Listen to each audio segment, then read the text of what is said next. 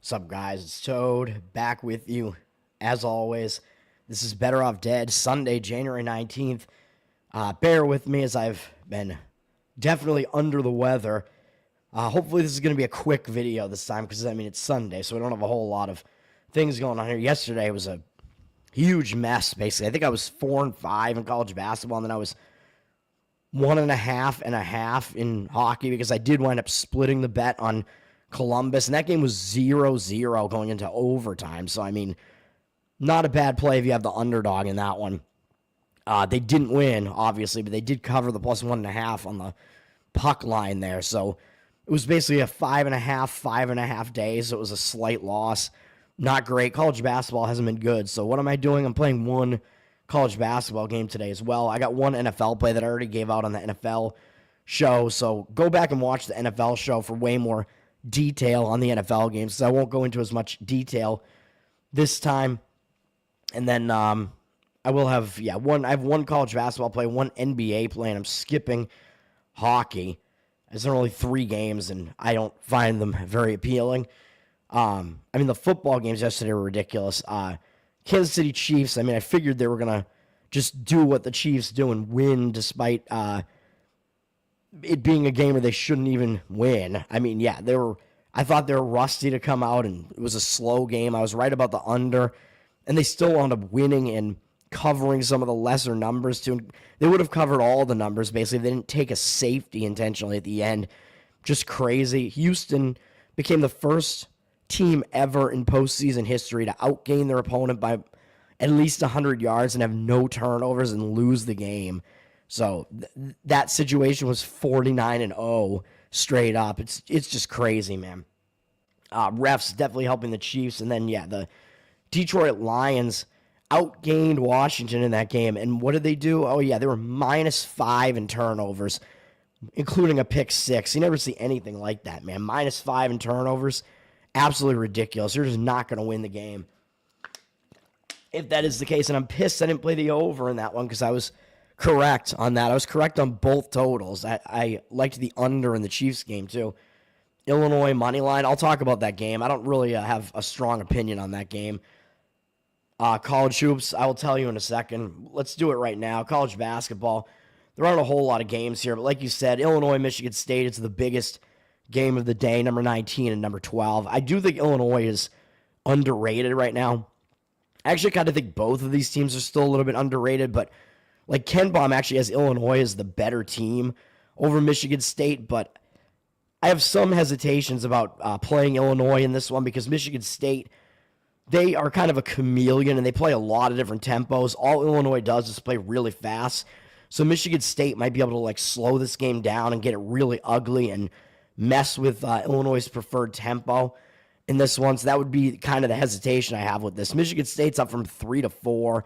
I do think the line is a little bit high at 4 because I do think Illinois is the slightly better team. So I think the line being at about 3.5 is probably about accurate. 56% of tickets on Michigan State, but 59% of the cash on Illinois. I don't hate the Illinois play, but it's not anything I want to get involved in. It's not going to be a play for me. Neither team is really in a situational angle that I really look for either. Illinois just hammered Indiana, and they are playing a second straight road game. So I guess you could say that's not really the easiest spot to be in, but they're still going to show up. It's Michigan State. Both of these teams are going to show up. Michigan State coming off kind of a more lackluster performance, if you want to call it that, barely beating Penn State. So Illinois coming off just absolutely trouncing Indiana. Might be feeling a little bit higher on themselves. Second straight road game again. Michigan State, could be in a spot where they're going to be extra focused just because they didn't play well in that last game. So as far as the situation, it's actually a slight lean on the Michigan State side in that one, but obviously, not a play for me at all. Illinois pretty good on the road. Yeah, both teams are underrated. That's a game that's really hard to gauge. I do not want to have my money on it. From a numbers perspective, I would assume the numbers guys are probably taking the points with Illinois in that one. Nebraska and Maryland, both these teams are coming off kind of ugly losses. Nebraska lost for me. I thought they were going to be in a bounce back spot after losing by 40 points basically to Purdue I was like, they're going to bounce back at home. Nebraska's been good at home. Rutgers not a very good team, and Nebraska lost the game outright as like a 9.5-point favorite or 8.5, whatever it was. Horrible loss for Nebraska. So you would think they should bounce back here, but they are having to go out to Maryland, which is not the easiest travel spot.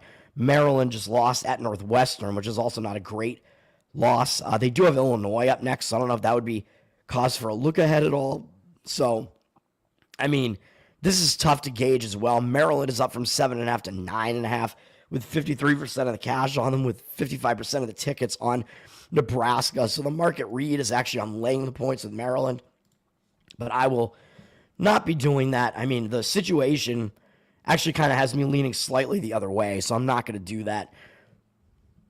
Yeah, I mean, I think the situation is kind of in the opposite direction of that, but I'm not going to bet it.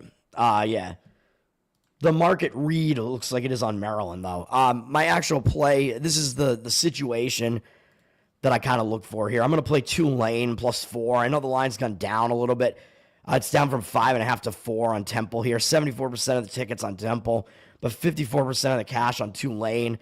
I just think this is a major letdown spot for Temple and potentially a sandwich spot. I mean, they just beat Memphis. That's a huge win. Memphis is the top team in the conference. They're ranked 18th in the nation. Top team in the American Athletic, even though they're not atop the standings right now because they played one fewer game than some of these other teams. Huge win for Temple. So I think that puts them in a letdown spot. And they do have North Texas up next in 3 days. And North Texas is atop the conference right now. So I think it's a spot where they may actually overlook Tulane. Even though Tulane's 4-1 in conference, they're only 10-8 overall. And Tulane, I mean, they're coming off a couple of okay wins against South Florida and FAU, but I don't think that's going to put them in a look-ahead spot or anything like that. I think that's just going to give them some momentum coming into this one, and they should be focused on Temple, who is also one of the better teams in this conference.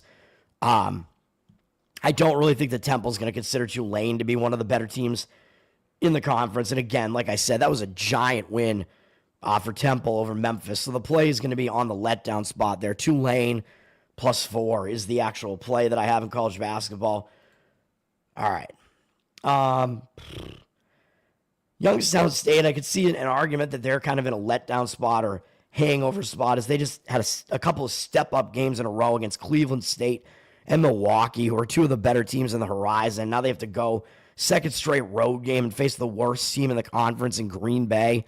And they do have Robert Morris up next, who's a better opponent as well. So they may overlook Green Bay here, but you're looking at a 7.5-point spread here, but 94% of the tickets are on Youngstown and 56% of the cash on Green Bay. So it does look like the market is in agreement with me on that in fading Youngstown. I'm not going to do it, but I mean, Green Bay is a pretty awful team, but that is being factored into the line.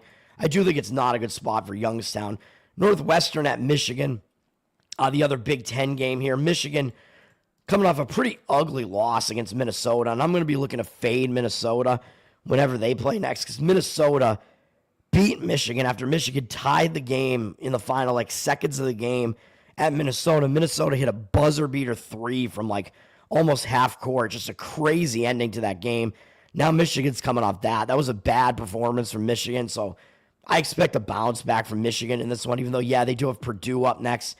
Northwestern's coming off a nice win over Maryland, so I don't know if they're going to be able to continue that 2 games in a row. I mean, they will still be focused on Michigan, but I think it is a bounce back spot for Michigan, and I think Northwestern might run out of steam a little bit here. Michigan is still underrated, man. But the market is actually in disagreement with Michigan, down from 10 to 9.5.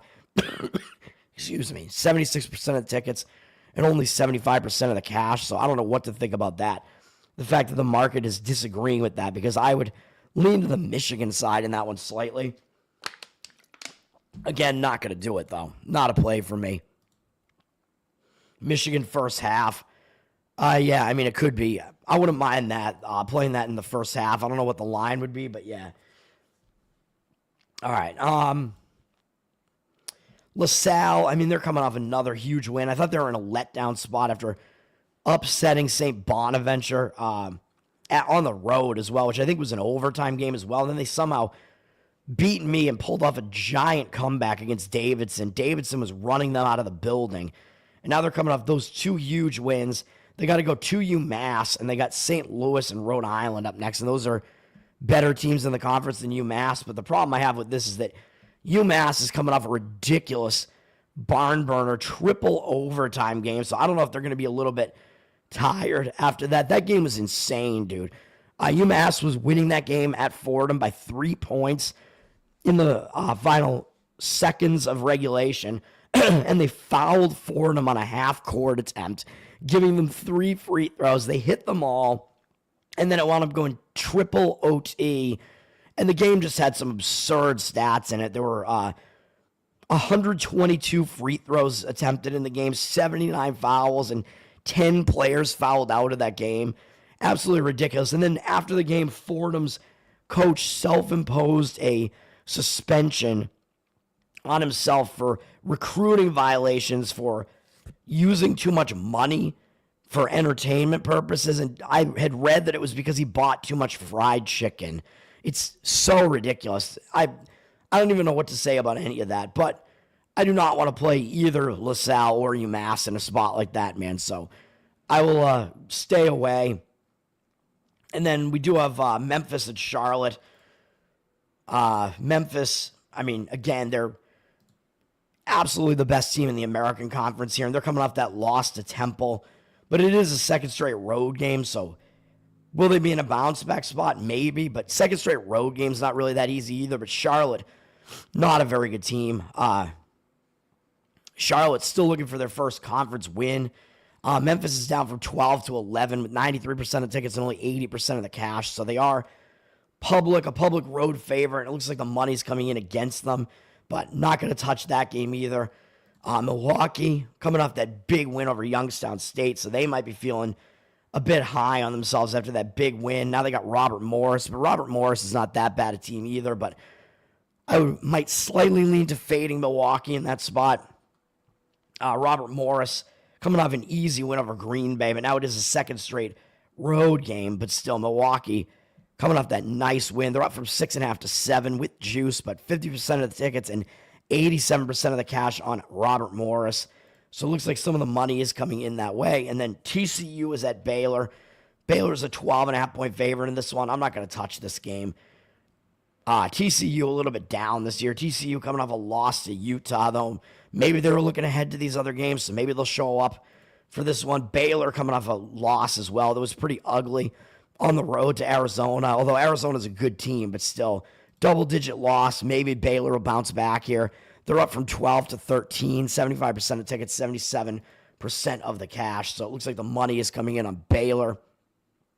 So I will stay away from that. NHL, I'm not going to play any of this. Ottawa, I think every one of these teams played yesterday, if I'm not mistaken. Ottawa, New Jersey. Let me see. Did they all play yesterday? Yeah, Ottawa did. Ottawa won a ridiculous comeback against my Bruins. They were down 5-3 in the third period. Came back and won in a shootout. Just awful. And I thought it was a bad spot for the Bruins, but that's just terrible. And then New Jersey lost really bad to Philadelphia yesterday, so New Jersey is probably in the better spot here as Ottawa had that barn burner of a game, whereas New Jersey had just a horrendous loss. So New Jersey up from minus 180 to minus 186, 88% of tickets, 95% of the cash. I would lean to New Jersey in that one. And then we got New York and Montreal. The Rangers played in that shootout yesterday where they won. Like I said, that was a return home spot for the Rangers. I thought it was a bad spot. They didn't play well.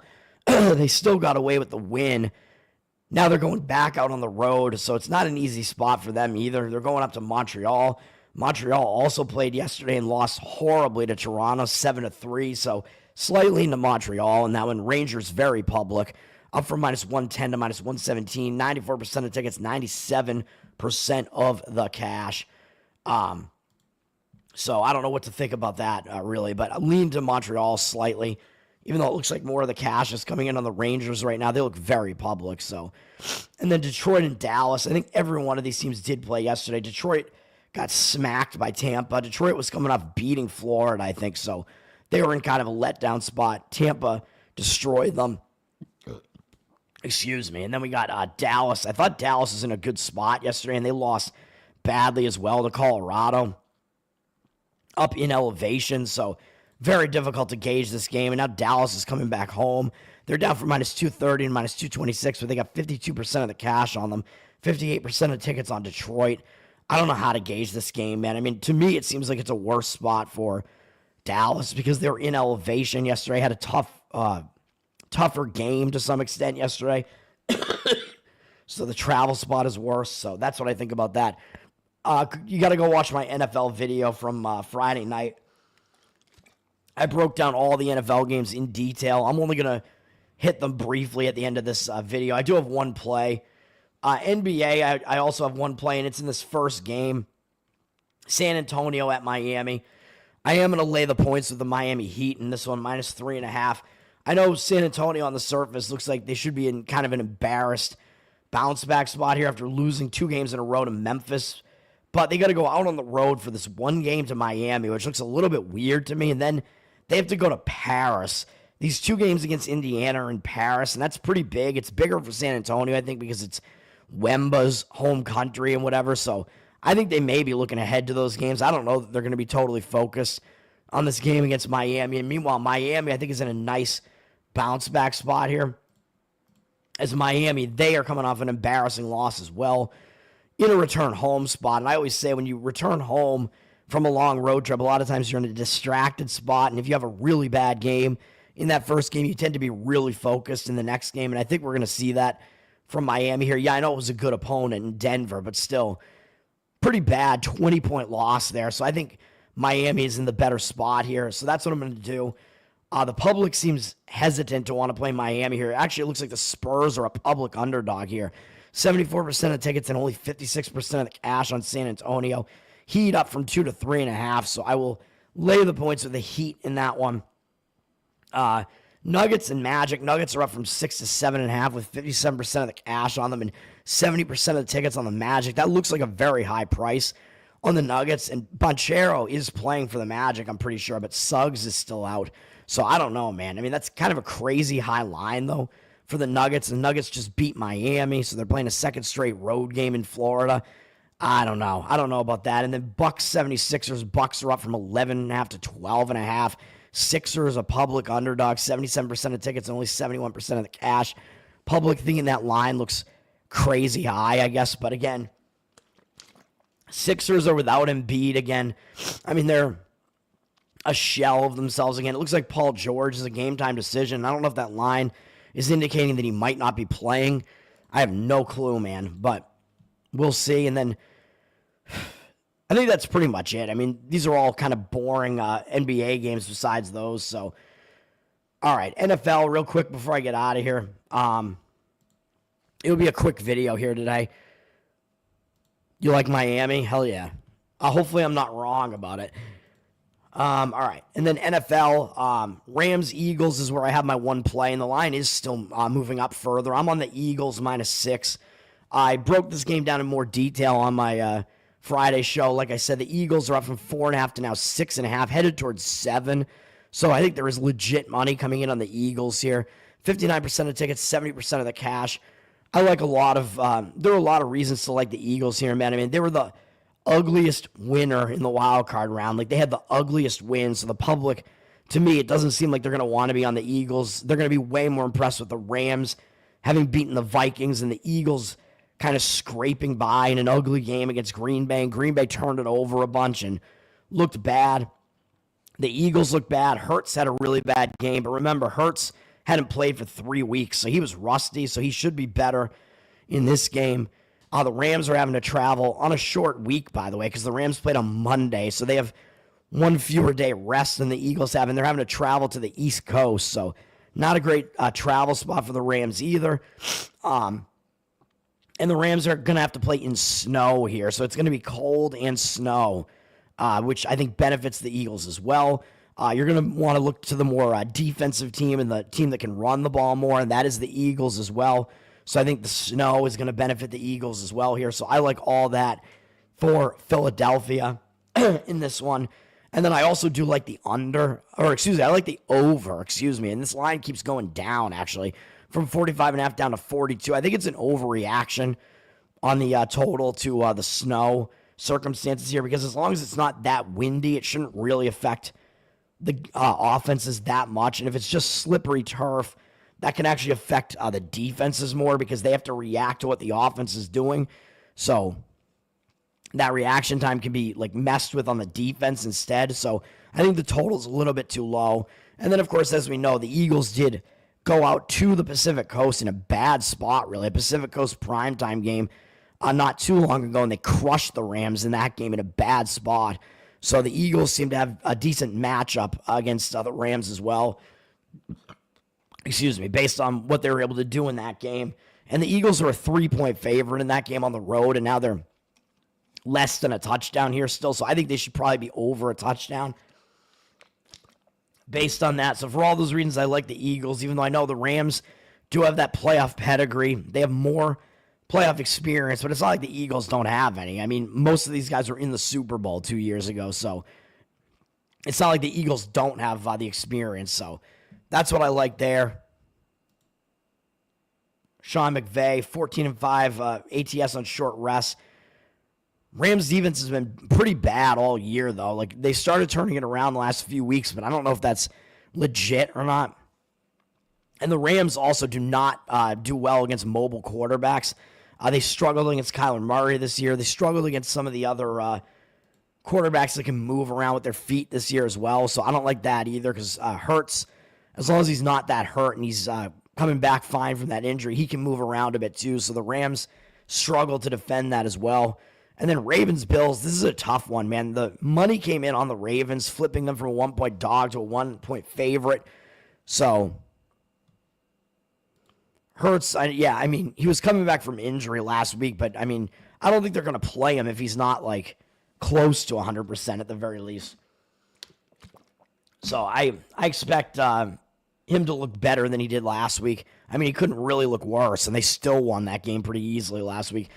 So the initial money came in on the Ravens. The Ravens are actually a road favorite against the Bills. So the odds makers telling you the Ravens are actually the better team here. Although the Ravens, when they played the Bills the first time early in the season, were only 2.5 at home. So where's the reality here? Because this line would indicate that the Ravens would have been like, I don't know, like 6 at home maybe or something like that, or 6.5. So the line does look a little bit strange on this one. I think the reality lies somewhere in the middle here, but still, when you get a line like this, it's still just pick the winner. So the line value is kind of like thrown out the window a little bit because you got to just figure out who's the winner going to be. Bills have 59% of tickets, but 63% of the cash. But I'm thinking, are the Bills actually kind of a public home underdog here? Like, is the public coming in and thinking, oh, I'm getting Josh Allen at an underdog price here at home? And is that what the public is doing? I don't know. So this is a tough read for me, and I've heard professionals liking both sides of this matchup, so this is a difficult one to gauge, man. My slight lean would be to the Ravens, but I don't know if my opinion is going to change on that at all. Obviously, I'm not going to have a play on that, and I do also like the under in this game, and you can still get it at under 51. 51 is high, man, and this is going to be a very cold weather game here. So both teams are going to be running the ball quite a bit, I would have to imagine, because the cold can affect the throwing a bit more. It's like kind of a hard football, harder to catch. So this is going to be like very cold, colder than the Eagles game, and probably colder than KC was yesterday too. So I think that is conducive to the under in this one as well. And yeah, the Ravens do look like they have some good like matchup. Some things that favor them matchup wise in this game with the fact that they crushed the Bills earlier in the season.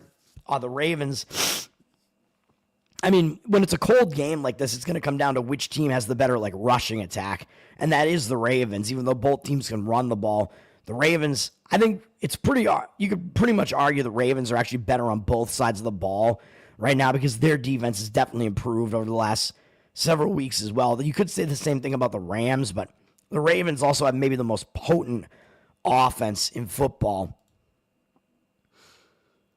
Yeah, you like Buffalo. I'm torn on this one. Like my initial read was I like the fact that the Ravens like flip to the favorite like almost immediately. That tends to like catch my eye, and I'm like, oh, like that means something to me. Like that makes me kind of lean that way, but I don't know. But I do like the under in this one probably more than the side, just because it's going to be so cold.